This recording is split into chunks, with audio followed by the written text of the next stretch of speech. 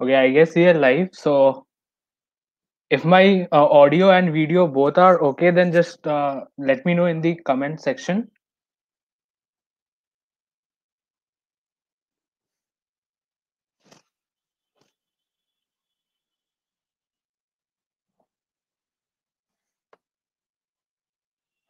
Okay, cool. So let's get started.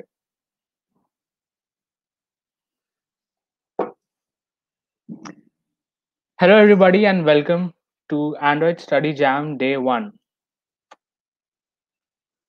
So this is an initiative by Google where we organized community-based learning sessions for you to learn and develop something, anything, be it a website or an app, Android app, for the betterment of the society.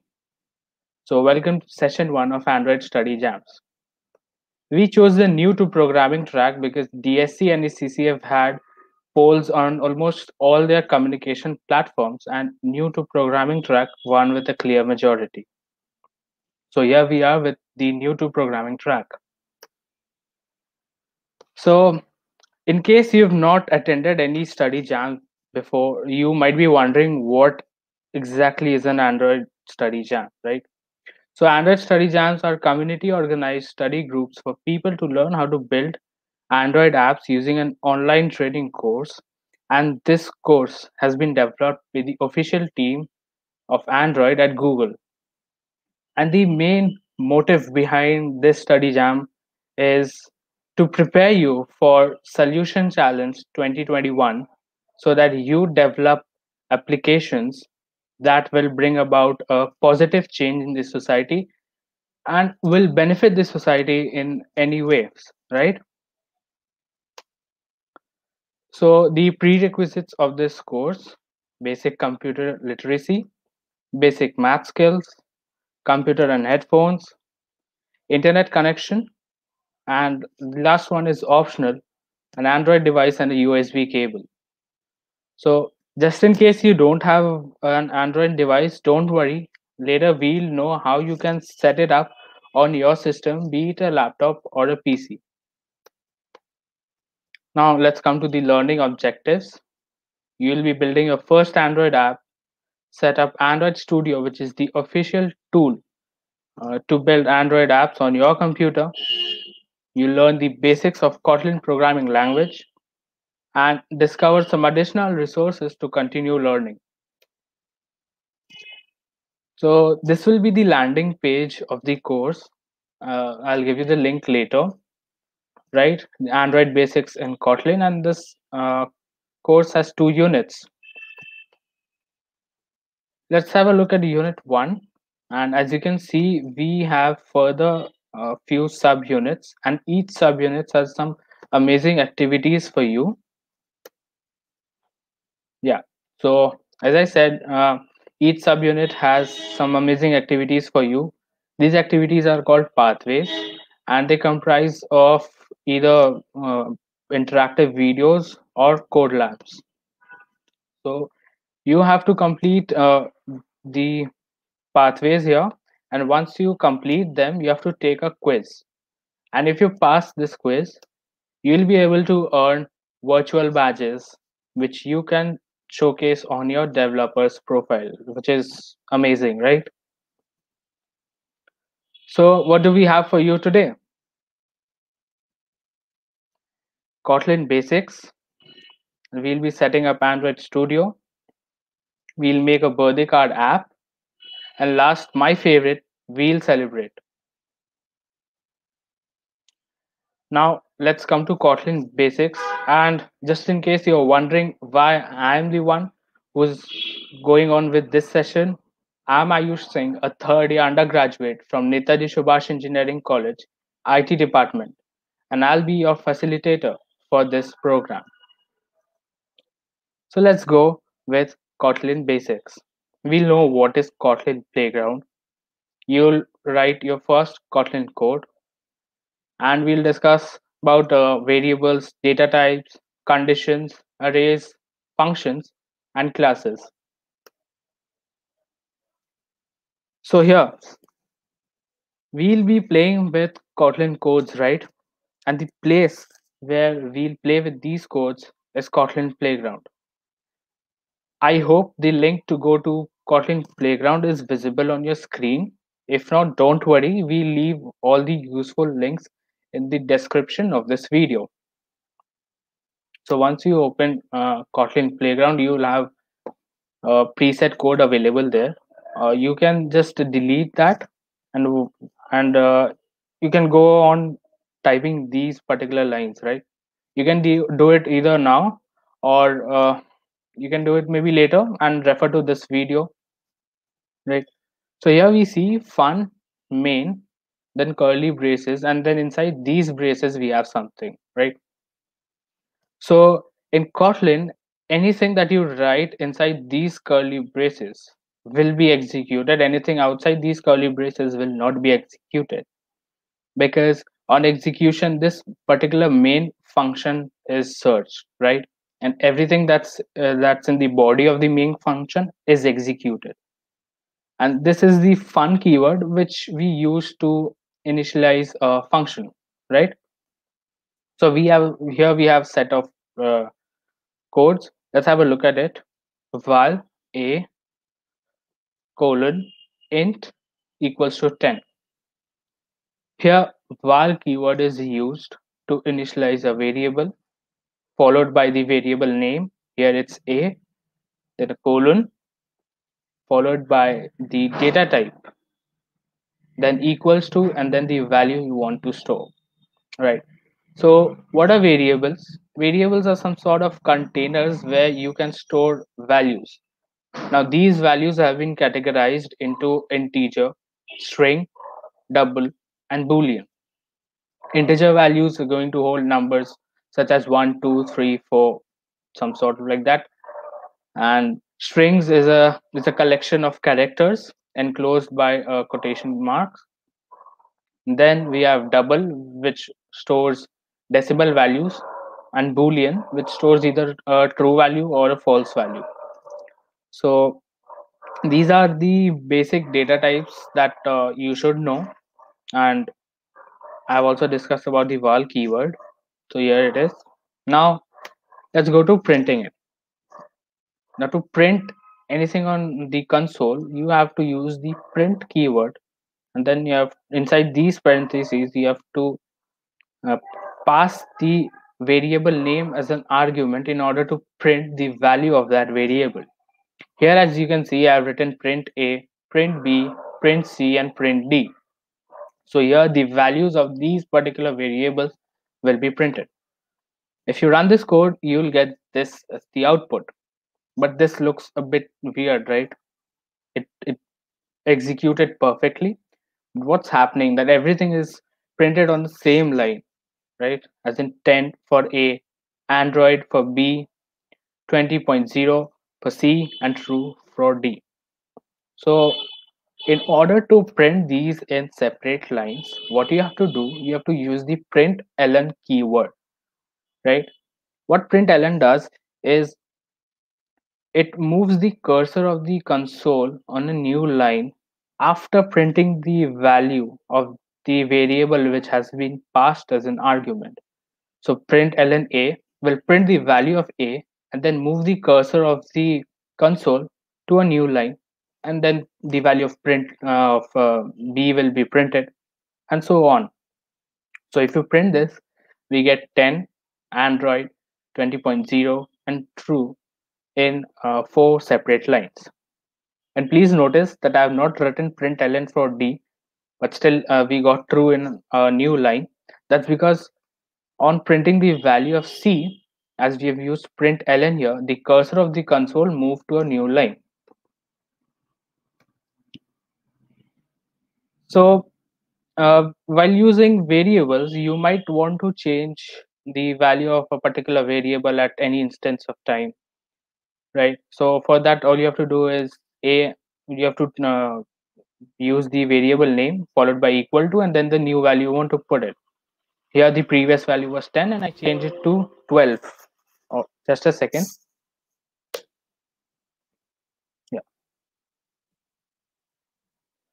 Okay, we are back. So here, and then I've written print a, that's going to print the value of a, right? But if you execute this particular code, you'll get an error that val cannot be reassigned. Because if you initialize a variable with val, what happens is it cannot change the value you store at any instance of point of time, right? So in order to do so, you have to use the var keyword. Here it's pretty much the same code, just val has been changed to var, and I'm printing it here. So you see the new value of a will be printed. That is all about variables and data types. Now let us come to conditions. Here you see I have a variable a and I've set its value to 10. So I want to check if the value of a is greater than 15. I want to I want my program to behave in a particular way. Else I want it to behave in some other way, right? So this is the use of conditions. So here what are we doing is we are going to check the value of a. If it's greater than 15, it will print that the value of a is greater than 15. Now you might be wondering, why have I written this dollar sign here? So this is called string interpolation, where you want to print the value of the variable along with some message. So we use the dollar sign followed by the variable name.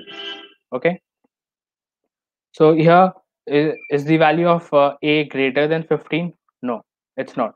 So if this condition is not satisfied, it will execute the body of the else part, right? So here it's printing that 15 is greater than 10. But if the value of a was 15, right? And then it's going to check is 15 greater than 15. This condition will be false. It's going to execute the body of the else part, but then the message will be printed as 15 is less than 15, which is absurd, right? It's not true at all. So for that, if we want to check multiple cases, and if we want our program to behave in a particular way for we use the else if keyword.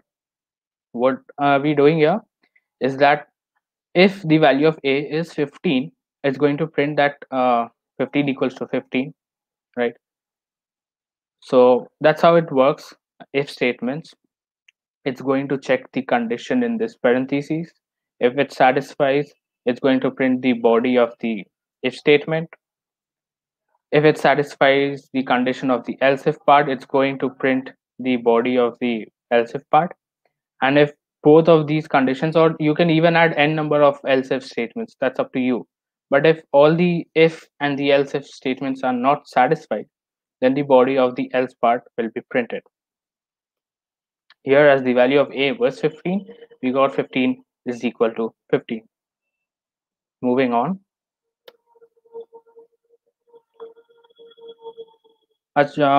Before moving on, I just want to say that if you have any queries, just hold them up, because in the end we'll be having a Q&A session, so you can post up your questions over there, right? So let's continue. Here we have assigned the value of a as 20 and b as 8. Now you might be wondering what are these two ampersand signs doing here. So now we'll be knowing about logical operators. There are two logical operators which I think you'll need to know: logical and logical or. So what it does, like if you want to check 5 to 6 conditions, and for all those 5 to 6 conditions your program has to behave in one particular way, you can go for logical and operator. So how to go for it? If, and then the first condition, then a pair of these ampersand signs, and then the second condition. And if you have more conditions, you just go on adding them. Just remember to separate them by a pair of ampersand signs, right? So here what it does, it's going to check each and every condition that you're providing it with, and if each and every condition returns a true value, then only there the print statement will be working here, which is basically the body of the if part. And let us suppose that If a single one out of these two returns a false value, then it won't be printing anything that this particular body part of the if statement, and it will print the else part, right? Because uh, if you're using a logical and operator, it should satisfy each and every condition that you are providing it with the if statement, right? So here, as 20, it's going to check if a is greater than 15, which is 20 is greater than 15, it returns a true value. And b is 8, so is 8 greater than 10? No, it's not. It's going to provide us a false value. So the body of the if statement will not be printed, and the body of the else statement will be printed. So here we are getting sorry if you run this. Now, logical or, you have to use these two straight lines.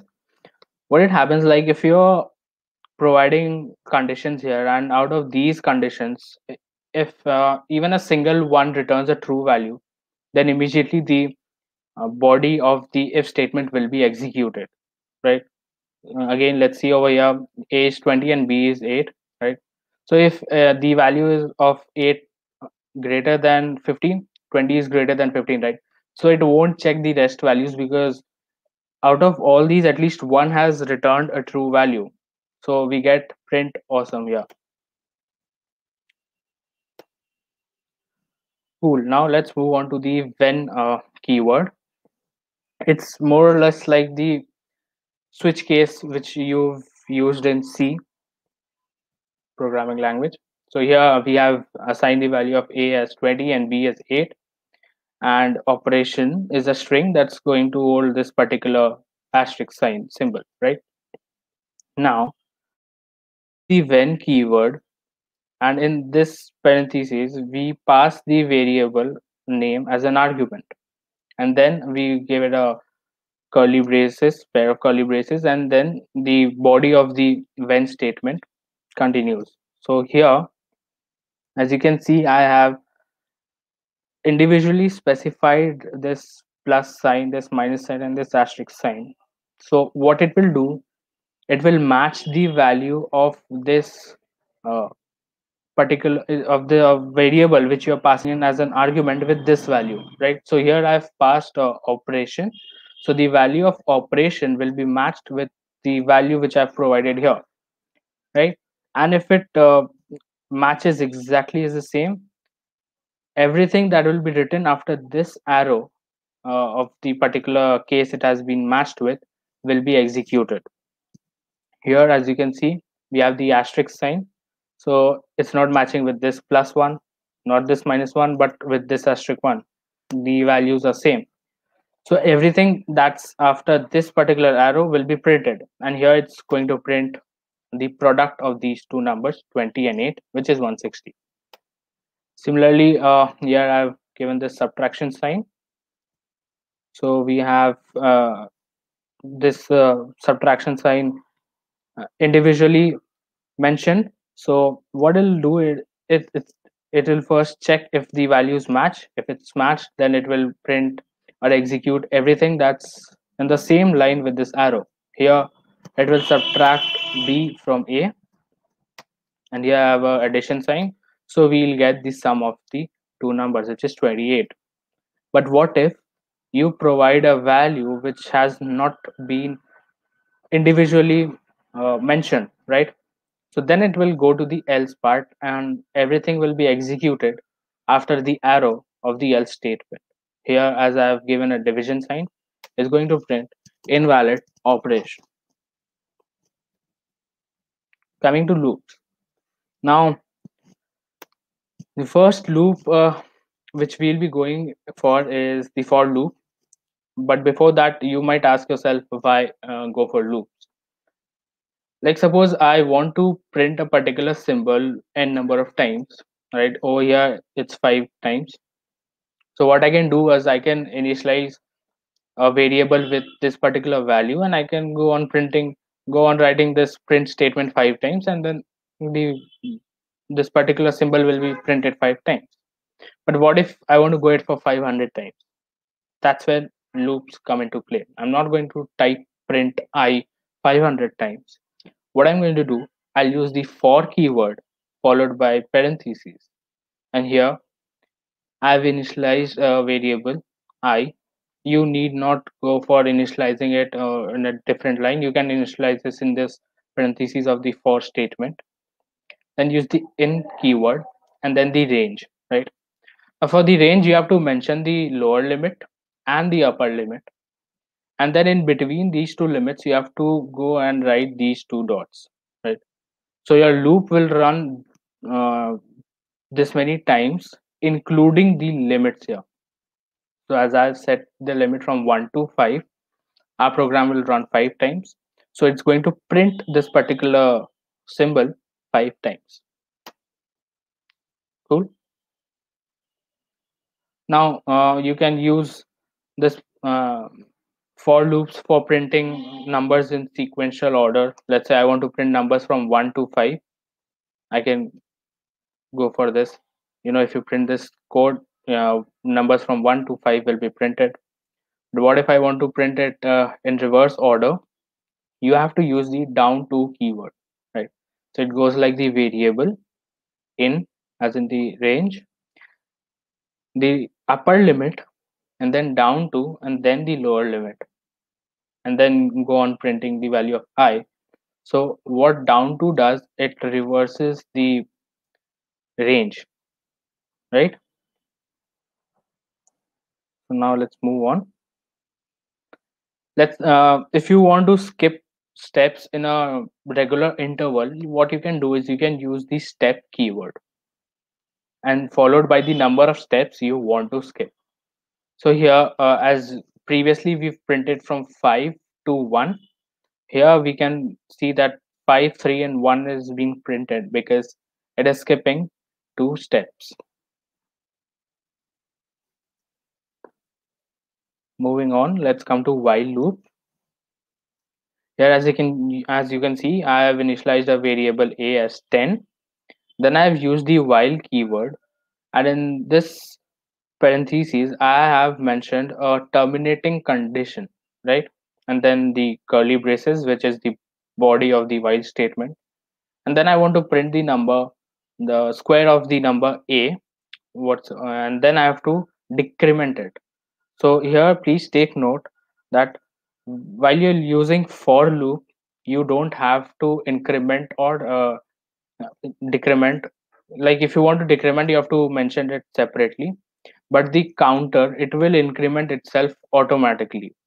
But in while loop, if it's increment or decrement, you have to mention it separately, as I've mentioned it here.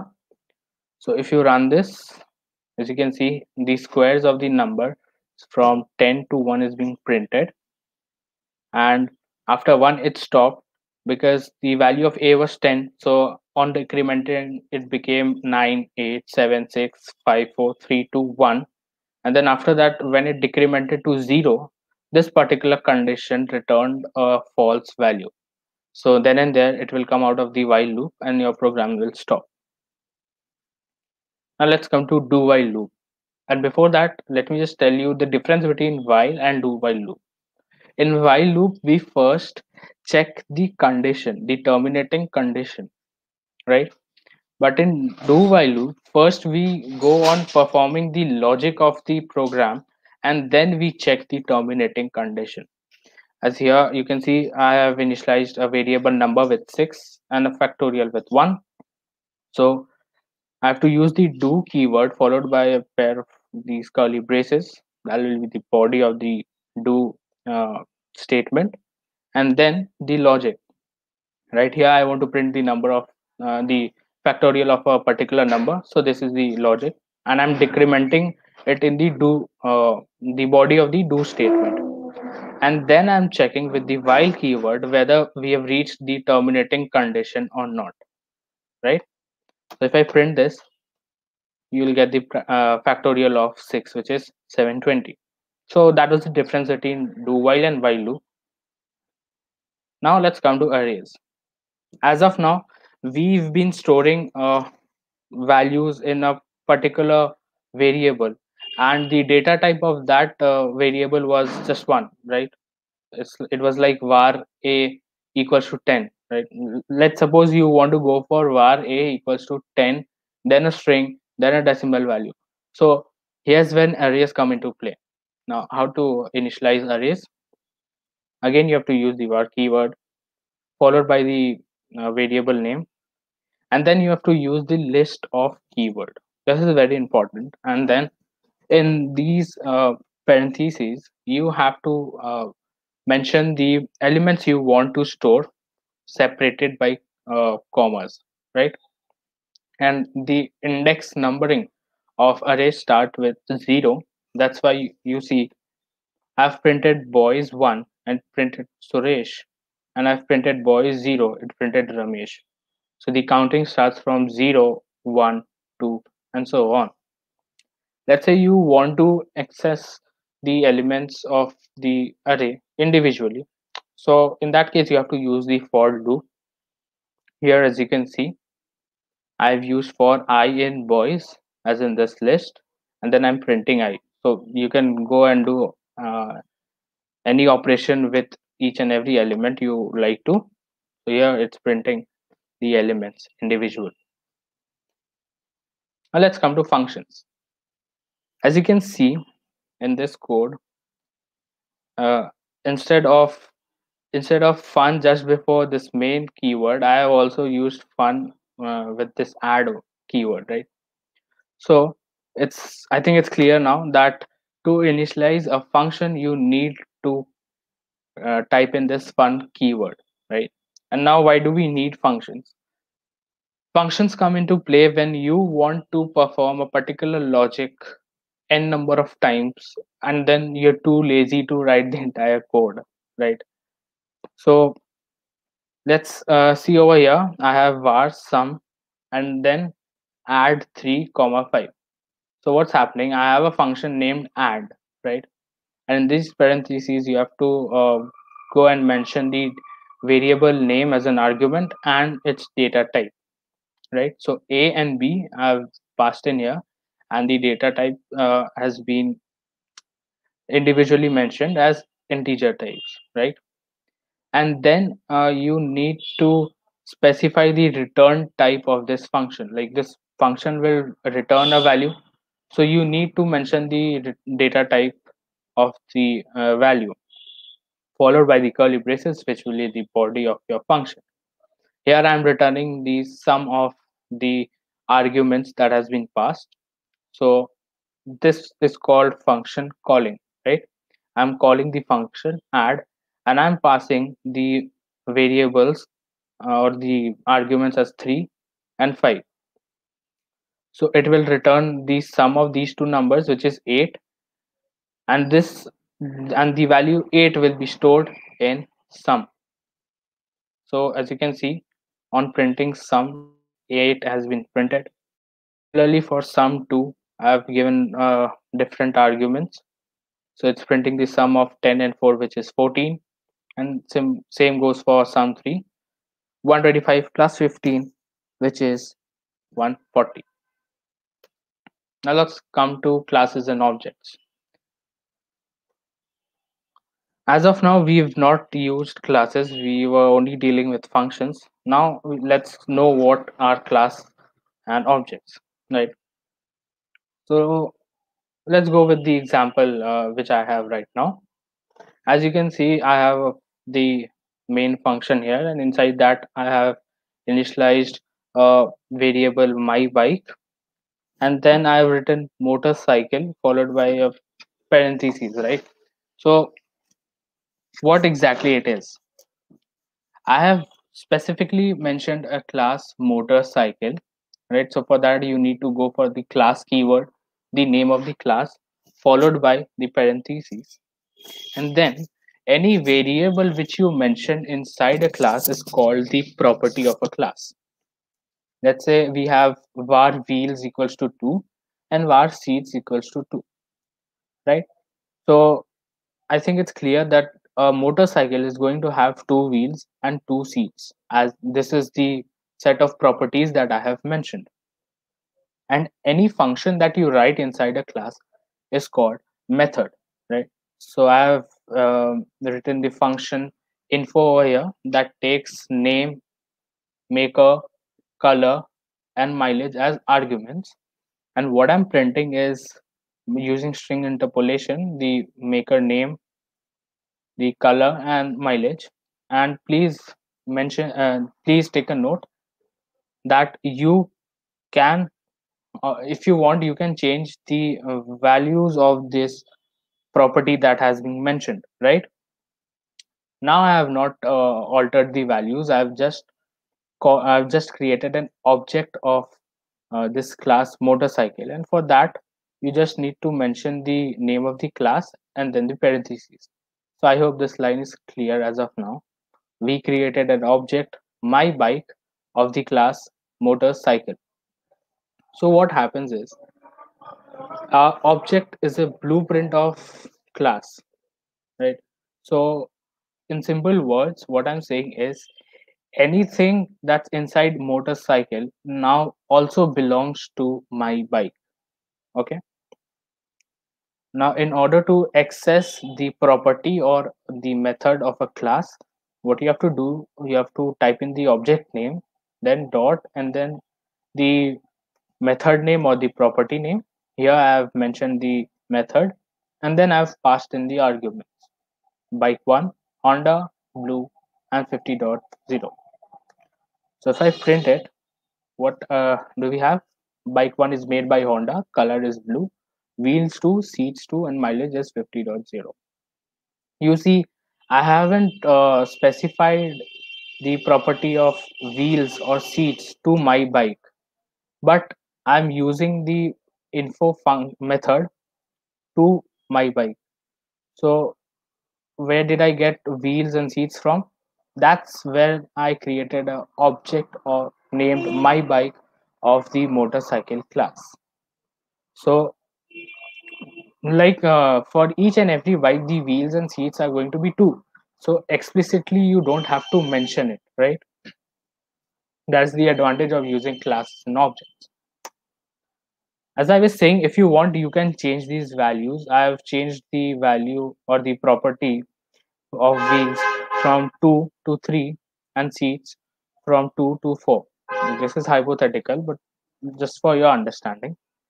And then as I've called the info method in the previous case, I've done it same way here. If I print it, you see we are getting wheels as 3 and seats as 4. So you see, if you mention it individually, what happens is the value of the property that has been mentioned in the class, that is overwritten, right? So here the value of wheels and seats were 2 and 2 respectively, but once I mention it explicitly, it overrides this particular value. So that was all about uh, Kotlin. So let's keep all the boring part aside. That was just our overview of Kotlin programming language. Now we'll set up Android Studio in your system. And I hope the link to download Android Studio is visible on your screen. So just in case it's not visible, don't worry, we'll drop it in the description of this video, right? So let's go and set up Android Studio, which is the official tool to build Android apps. Once you download Android Studio, you will get to see this window, right? Here you can open an existing project, but if you're building your first app and you're going it for the first time, then select start a new Android Studio project. Then from this window, select empty activity, as it will give you a preset code and it will format your project structure accordingly. And then go and hit the next button. Here you have to configure your project. So give your project a name, then a package name. Please note that here the package name should be unique, because if you deploy your app on the Apple Play Store or the App Store, Google Play Store or Apple App Store, then this is used as a unique ID. And then the location of your project and the language which has been set to Kotlin, because we'll be using Kotlin. and then the minimum SDK. Here in this Snap, it is 4.1, but I would recommend to keep it to 4.4. And minimum SDK is the minimum version of Android on which your application can work. So as I was saying, just in case you don't have an Android device, you can set it up virtually on your system. That's called an Android emulator, right? So to get an Android emulator, you have to go to the tools section in the navigation menu of Android Studio and select AVD manager. AVD as an Android virtual device. Here, if you have any virtual devices, it will be shown. But just in case you don't, you have to go and click on create virtual device. Then you have to select this system hardware, as in the screen. Each and every, we have different screen dimensions here, so you can go and select whichever you like. Here in the system image window, you have to choose the API level, or in simple words, the Android version. In this snapshot, Q is being circled because when this was taken, Q was the stable one. I would suggest you to go for the latest and the stable one, and then go on hit next. Here you can change the name of your AVD. Please keep the other settings unchanged, and then hit on finish, and then you see you'll get your first Android virtual device on your screen. Now to run this, you have to hit the play button, which will be visible, right? So congratulations on making it this far, because you've been with us for a long time, I guess. uh, as of now, 35 minutes. That's great. Now, I promise all the boring part is over and we'll get our hands dirty on a real app. We'll be building this happy birthday card app, which will have two messages and this amazing background, right? So once you've configured your project and you open Android Studio, you'll get to see this, right? Now main activity.kt will be already opened for you along with activity main XML file. Now the logic of your program will be written here, right, in this Kotlin file. We'll come to it later, but now I want you to I want you to go to activity mail.xml file, because as of now our app will be a decorative one and it won't have uh, logics behind it. So in just in case you don't have activity main.xml file, Android Studio has this particular section which is called the project file section. So you can go and select any file you want to open. Here, as you see, I can open main activity.kotlin file from this particular project file structure.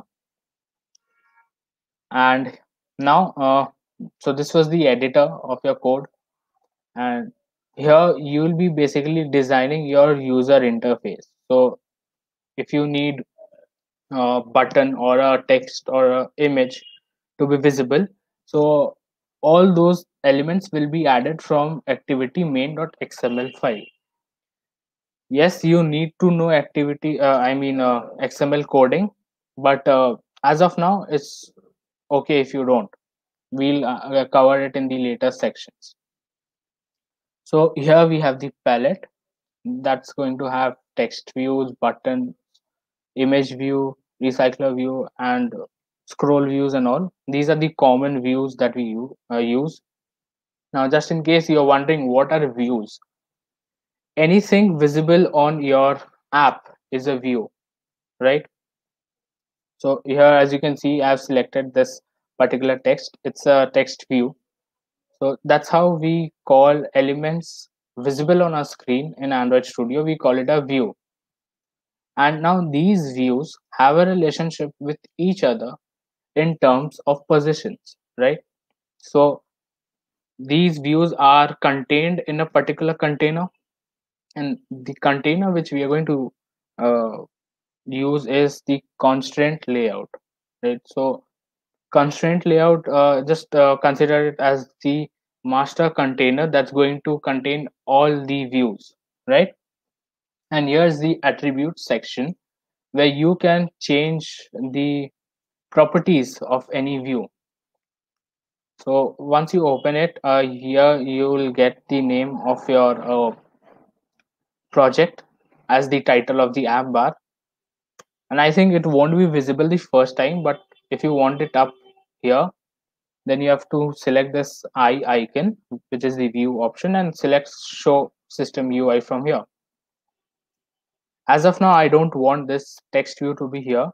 So you can either select it from component tree. Now this component tree is the place where you will have all your views, right? So you can select it from here and then press the delete button from your keyboard. So now our app is clean. So as I was saying, we'll be building that birthday card app. So you see it had two texts, right? So I'm going to hold text view from palette and I'm going to drop it. Uh, as I want it to be on the top left corner, I'll drop it anywhere around here. Once you drop it, we have a text view there, but we do get a warning here, right? That this widget is not constrained. Now, what does this mean? It means that in order to position your view perfectly, you need each and every view to at least have one horizontal constraint and one vertical constraint. So that, and what is this constraint? Basically, margin from the edges of the screen, right? So how you can add the constraints of a particular view?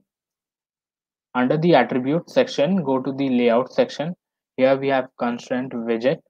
Once you selected the view, you see we have 4 plus buttons. Now what they do is they add a constraint to your view, and with some random values, not random, but an approximate value according to your positioning from the edge of the screen, right? So they give a margin to your view in simple terms. Now I would go for the top plus button and the left plus button because they are nearer to the edges, right? Here approximately the value has been set to 37, but I want it 30 pixels down. Just a second. Yeah, so I'll delete 0 and I'll go for 30 and hit enter. And for the left constraint, I'll make it 50 and I'll hit enter. Now our view is constrained, right? But it's so small and it says text view instead of our message. So to change the value of this text view, what we are going to do is going to select the view, and under the common attributes, under the text section, you see this text section, you can input your message. Here I'll be happy birthday Raj.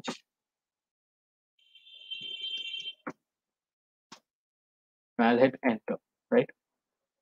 So we have changed the message, but it's somewhat of gray color, and the text font is really small. So you can change that too. Under the common attributes section only, you see we have text size. Here, let's change it to 20 SP. Now, what is SP? SP screen pixels.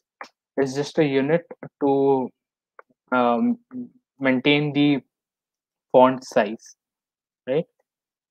And I was saying it's somewhat of the gray color. What you can do in under the text color section, you can go and just type in black, and before completing you get this suggestion, right? Android color slash black. So select that and hit enter. So our text color and font size changes too. Now we had two text views, right? So I'm going to drag and drop another one somewhat near the bottom right corner. And yeah, you see we get this error that it's not constrained. So let's go and add the constraints. And remember, each and every view should have at least one horizontal and one vertical constraint. I'll change this to 35 and this to, let's say, 50. Yeah.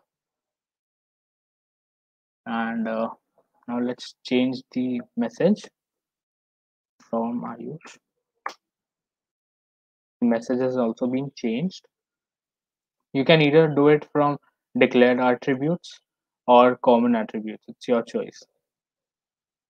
And now let's change the font size also. Let's make it 25 sp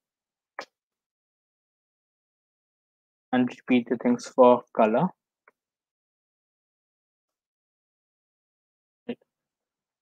And there are a lot of things that you can do with the properties of the text view as of now. Or let's say you want to change the font family, that you can do from the common attribute itself. Here, let's change it to, let's say, cursive. It's been changed to cursive. I can make it bold. And similarly for this one, let's make it to monospace. Yeah, and hit enter. So we are 50% done, right? We have the two messages up, and I just chose monospace randomly. Don't judge my UI UX sense, right? So let's go back to our slides, and with just a small example, I'll explain you what exactly are views and layouts again, right? So you can see this green background has been marked as a layout because it has all these buttons or images or texts contained, right? These are the views. So that's how views and layouts work in Kotlin.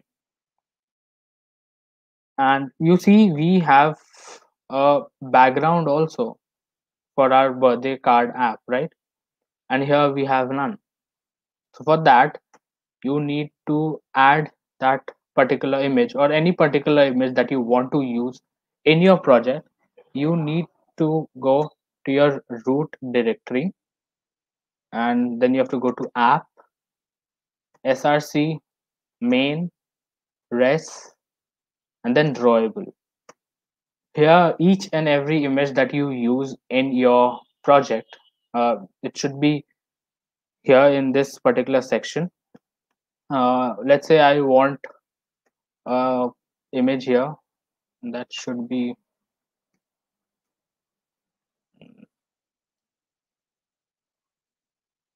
just a second, I'll get hold of the image.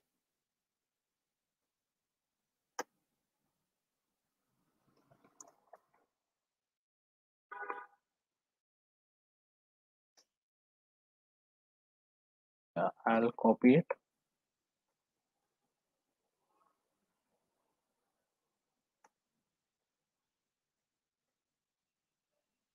Then I'll paste it in the drawable section. You can also do it from Android Studio directly, and to know that I would strongly recommend you to go to the code labs, right? So I have my image added in the drawable section. So now, as I said, it's a image. So I'll be dragging and dropping image view. As soon as you release the mouse button, you get this window. Here I have my image added. So I'm going to select it and press OK. And now let's just position it somewhat around the center of the screen. And again, as I said, each and every view should have at least one horizontal and one vertical constraint. As I want it to be in the center, I'll just leave it to 000. But it looks somewhat similar, but not exactly similar. because we have these white spaces, right? And I want this particular image to fill in the entire screen. So for that, let's select the image. Under the constraint, let's go to layout, change this to 0 dp, layout height to 0 dp, and then under the common attributes, I'll change the scale type to center crop. Yeah, that's amazing. But we don't see the messages, right? It's not visible to us because once you drag and drop views, they are contained in the constant layout as you add elements in a stack. So the last view which you add is going to cover up the views which you've added previously. So in order to change the position, what you can do, you can select the view from the component tree, and I want it to be here. There you go. We have our app ready. So just congratulate yourself for making a first app, but we are not done yet. We have to run this app also. So for that, you can from this particular drop down menu, you can either select your AVD, or if you have connected a physical device via USB cable, you can select that too, right? And then go and hit the run button. As this is the first time I'm installing the app, it's going to take some time.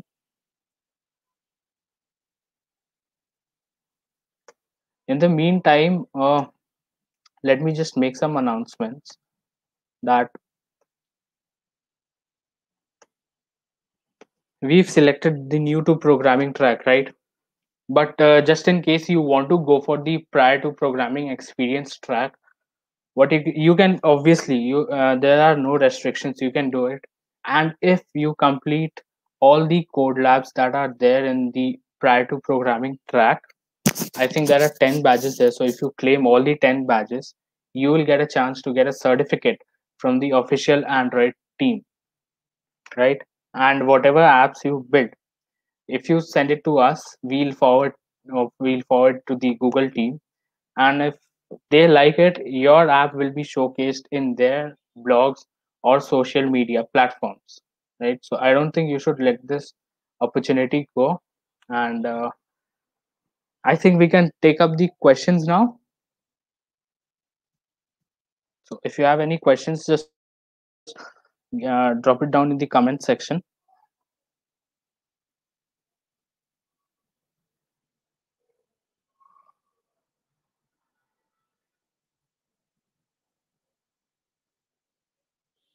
Okay. Is there a way where we cannot use the dollar sign in print?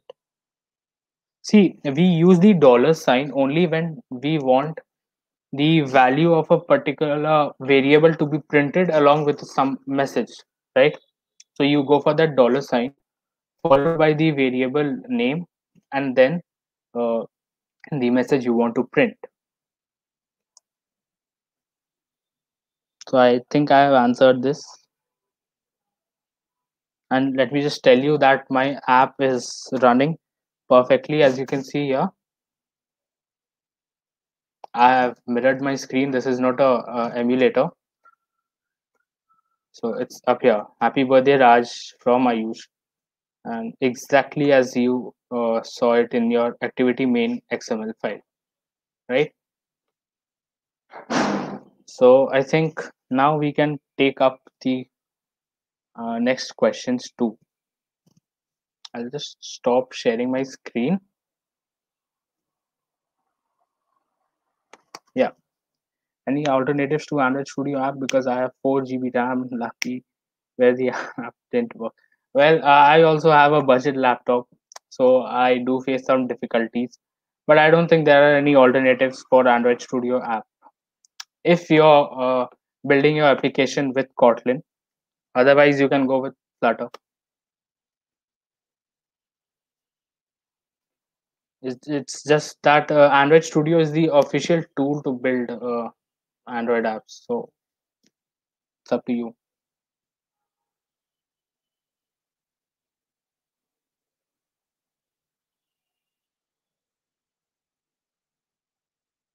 Any more questions so we can take them up?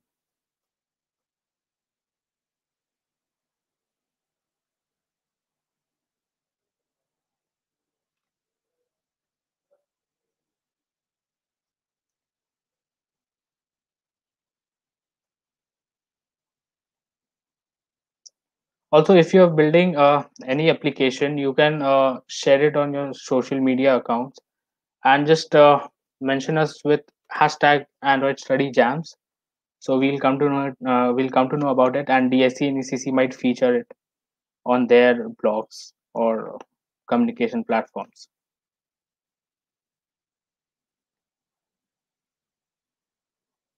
And just in case, once you go to the landing page of the course, I think the link is up. Just in case it's not there, I'll drop it in the comment section.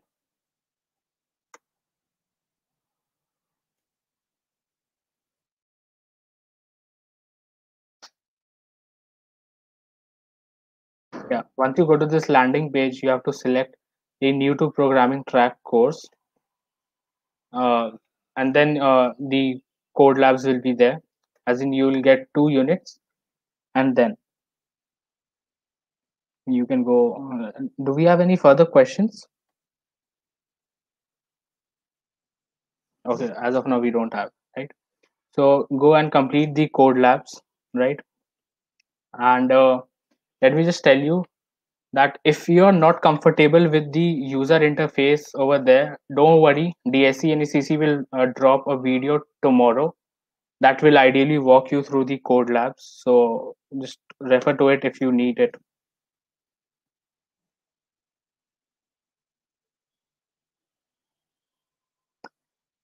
Okay, I don't think we have any further questions now. And just in case you have any queries or doubts in future, you can contact us on our Discord channel. I think the link of our Discord channel will be visible.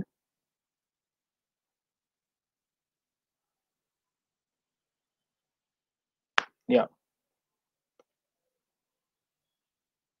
And DSC and ECC has been overwhelmed with the response we got with 30 days of Google Cloud. So thank you for that, guys. And it was absolutely overwhelming.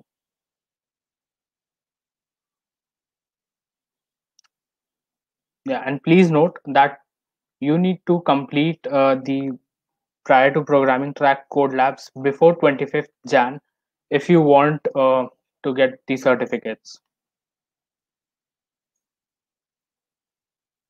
So I think we are done.